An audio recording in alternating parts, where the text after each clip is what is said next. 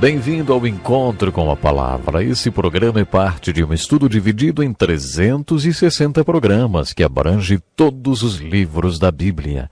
Aqueles que têm acompanhado nossas aulas desde o livro de Gênesis já estudaram todos os livros do Velho Testamento e os 5 primeiros livros do Novo Testamento, os Evangelhos e o livro de Atos, o livro histórico do Novo Testamento.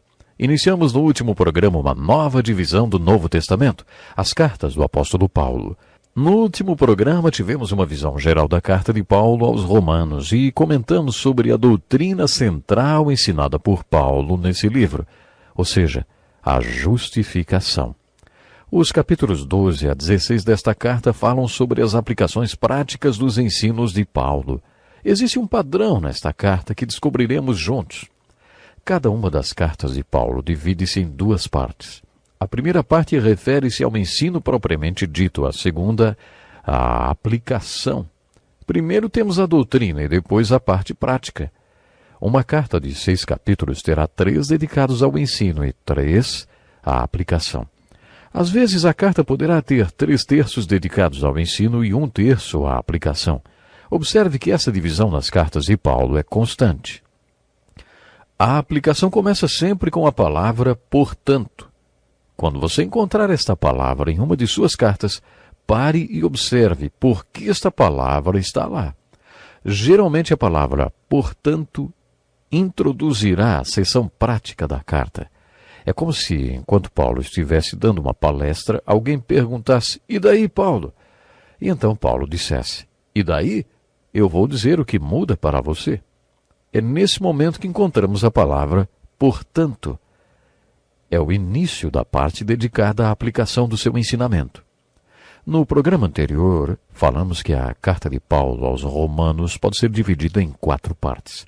Hoje vamos enfocar a primeira parte, dos capítulos 1 a 4, onde Paulo fala sobre o conceito de justificação para um pecador. A primeira coisa que Paulo fala é que todos somos pecadores. Uma vez ouvi a história de um pastor de uma igreja anglicana de uma região nobre de Londres. Uma menina de rua foi parar no seu escritório, bateu a porta e, quando ele abriu, ficou espantado ao ver aquela menininha mal vestida na sua frente. Ela lhe disse, pastor, minha mãe está morrendo e ela quer que o senhor a faça entrar. O pastor respondeu, desculpe, eu não entendi. A menininha repetiu, ela está morrendo, pastor, e quer que o senhor a faça entrar. O pastor decidiu ir com a menina até a mãe dela. Eles foram e, se distanciando daquelas ruas chiques, acabaram parando num sobrado muito pobre, numa rua até perigosa. Quando ele chegou onde estava a mulher, encontrou uma ex-prostituta morrendo por causa de uma tuberculose. O pastor a cumprimentou e ela disse, pastor, o senhor pode me fazer entrar? Ele perguntou, onde? E ela respondeu, no céu, pastor, eu estou morrendo. O pastor ficou meio sem saber por onde começar e resolveu falar sobre Jesus como o mestre, sobre seus ensinos e sobre o sermão da montanha. Ela o interrompeu e disse, pastor, isso não é para mim. Ele engoliu seco e recomeçou falando sobre os exemplos de moral de Jesus, sobre como ele viveu, e de novo ela interrompeu e disse, pastor, onde eu entro nisso tudo? Finalmente o pastor começou a dizer que Jesus veio aqui porque Deus amou o mundo de tal maneira que mandou seu único filho como salvador para os pecadores, para que eles se arrependam. A mulher sorriu e disse, ah, agora sim, isso é para mim. Fale mais, pastor, agora sim, isso é para mim. Ele continuou até mostrar a ela o caminho para o céu. O livro de Romanos é dirigido aos pecadores e aos que sabem que são pecadores. Se você não sabe que é um pecador, leia esta carta de Paulo. Não vai demorar muito até que o Espírito Santo, através do apóstolo Paulo, convença de que Jesus Cristo veio ao mundo para pessoas pecadoras, pessoas como você e eu. Nos primeiros 4 capítulos, o apóstolo Paulo fala sobre as acusações que Deus tem contra o homem. Uma das suas acusações está no versículo 18 do capítulo 1. Suprimem a verdade pela injustiça. O que Paulo quis dizer com isso? que os pecadores seguram a verdade e abafam a verdade, porque deliberadamente querem justificar seu estilo de vida injusto. Ou seja, eles decidiram como querem viver, e toda vez que Deus tenta mostrar sua verdade, eles a eliminam. Eles não querem ver a verdade sobre como deve ser o comportamento humano que Deus quer lhes mostrar. Paulo então faz acusações como estas. Seus pensamentos tornaram-se fúteis, trocaram a verdade de Deus pela mentira. Adoraram e serviram a coisas e a seres criados em lugar de adorarem ao Criador. Abandonaram as relações naturais com as mulheres. Começaram a cometer atos indecentes. Paulo faz uma lista de acusações e depois falou qual foi a reação de Deus para com o homem. Paulo cita 3 vezes: Deus os entregou, Deus os entregou, Deus os entregou. Ler esta parte da carta aos Romanos é como ler o livro de Gênesis. O livro de Gênesis conta como a família humana era e como foi sua queda, porque Deus quer que entendamos como nós mesmos somos e como é a família humana hoje. A mesma coisa acontece com Paulo na carta aos Romanos. Paulo colocou todos os verbos no passado, como se já tivesse tudo acontecido, mas na verdade, ele está falando sobre coisas que estão acontecendo para mim, para você e ao nosso redor. Basta abrir os olhos para constatar isso. Paulo falou 3 vezes: Deus os entregou, e quis dizer que Deus os entregou para que tenham aquilo que querem ter. É assim que Deus trabalha com o homem. Primeiro, Paulo faz uma lista de acusações. Depois, uma lista das respostas de Deus ao homem. O homem sempre deseja 3 coisas, e Deus fez o homem como criaturas com livre arbítrio, isto é, com direito de escolher. Deus entregou o homem às suas próprias vontades e desejos. Deus escreveu um plano de vida para você, como se tudo estivesse no índice de um livro. Lá está a lista de conteúdos da sua vida, correspondentes aos planos de Deus para a sua vida. Mas chega um momento em que Deus entrega a caneta para nós e diz: bom, pode continuar a história do jeito que você quiser, porque a vida é sua.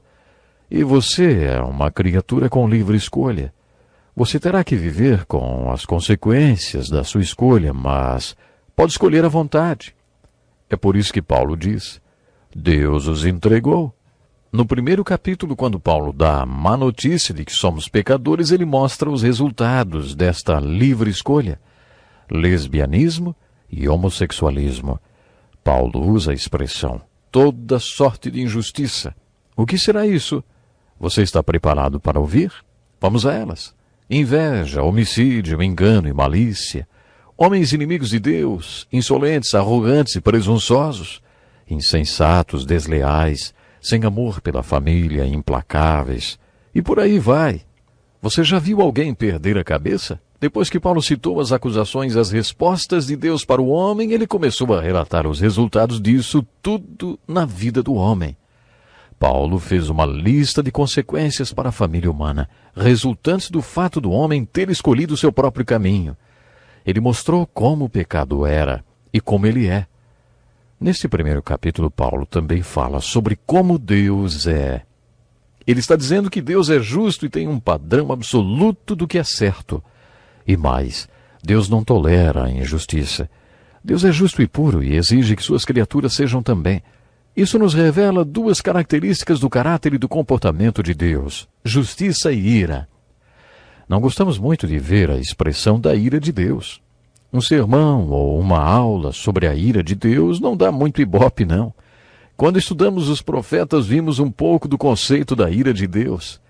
Naquela ocasião, eu disse que a ira de Deus é uma atitude permanente e consistente de santidade em relação à não santidade, que pode estar destruindo o objeto do amor de Deus. Ou ainda, podemos acrescentar outra definição. A ira de Deus é a reação aniquilante da santidade absoluta de Deus em relação à não santidade.